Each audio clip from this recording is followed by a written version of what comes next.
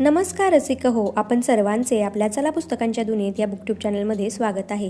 आज आपण वपू काळे यांची अगदी पहिली आणि विलक्षण गाजलेली महाराष्ट्र राज्य पुरस्कार लाभलेली कादंबरी ही वाट एकटीची याबद्दल माहिती जाणून घेणार आहोत। ही वाट एकटीची या कादंबरीची नायिका विद्युलता फडके म्हणजेच बाबी। बाबी ही अतिशय निर्भीड, हुशार, स्पष्टवक्ती, तडफदार स्वभाव असणारी आणि स्वतःची मूल्ये तत्त्वे असणारी तसेच त्या तत्वांशी सत्याशी एकनिष्ठ राहणारी अशी व्यक्तिरेखा आहे। बाबीचे वडील नाना हे दाजीसाहेब जोगळेकर यांच्या कंपनीत जॉब करत होते। त्यांना डबा देण्यासाठी बाबी कंपनीत जात असताना शेखर जोगळेकर यांच्याशी तिची ओळख होते। या ओळखीतूनच पुढे गाठी भेटी वाढत जातात। बाबी आणि शेखरची मैत्री होते। नंतर त्या दोघांमध्ये असणारी जवळीक खूपच वाढते आणि समाजमान्य सर्व मर्यादा ते ओलांडतात। बाबी गरोदर राहते। गरोदर असल्याची बातमी बाबी शेखरला सांगायची ठरवते। 2 दिवसात येतो असा मजकूर असलेली चिठ्ठी देऊन शेखर अचानक दिल्लीला जातो। काही दिवसांनी तो अमेरिकेला गेल्याचे समजते। बाबी पत्र लिहून शेखरला गरोदर असल्याची बातमी कळवते। त्यावर 2-3 महिन्यात येतो तोपर्यंत त्याचे वडील दाजीसाहेबांना भेटून निर्णय घ्यावा अशा मजकुराचे पत्र शेखरने बाबीला पाठवले। शेखरचे आपल्यावर असणारे प्रेम खरे आहे, तो आपल्याला बाळासह स्वीकारेल असे मानून बाबी गर्भातील बाळ वाढवण्याचा निर्णय घेते। तिच्या निर्णयामुळे बाबीला आईवडिलांचे घर सोडावे लागते। आईवडिलांचे घर सोडल्यानंतर बाबी तिचे शिक्षक असणाऱ्या आठले सरांच्या घरी जाते।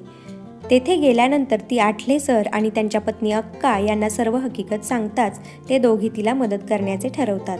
समाजमान्य चौकटीमध्ये राहण्यासाठी गर्भात वाढणाऱ्या बाळाचा जीव घेण्याचा निर्णय न घेता ते वाढवण्याचा धाडसी निर्णय बाबी घेते। त्यासाठी तिला बऱ्याच संकटांचा सामना करावा लागतो।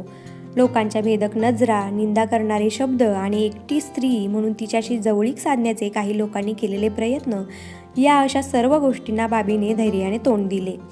सत्याची, मूल्यांची साथ बाबीने कठीण काळात देखील सोडली नाही।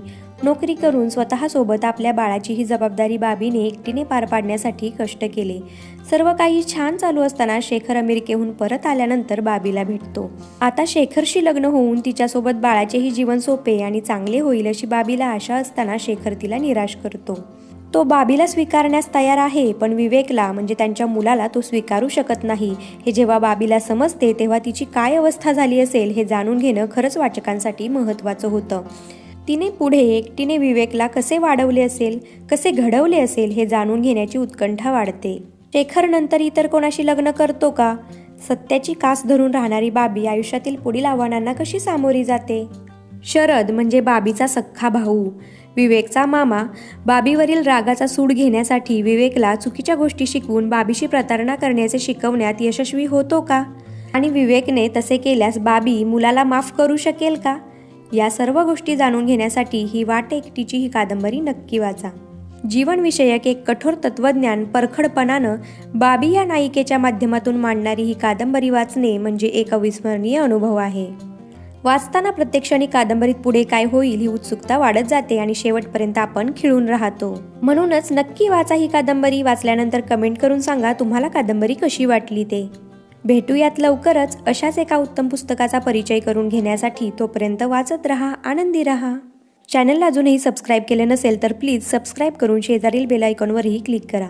व्हिडिओ आवडल्यास लाईक आणि शेअर जरूर करा। Thanks for watching. Stay tune.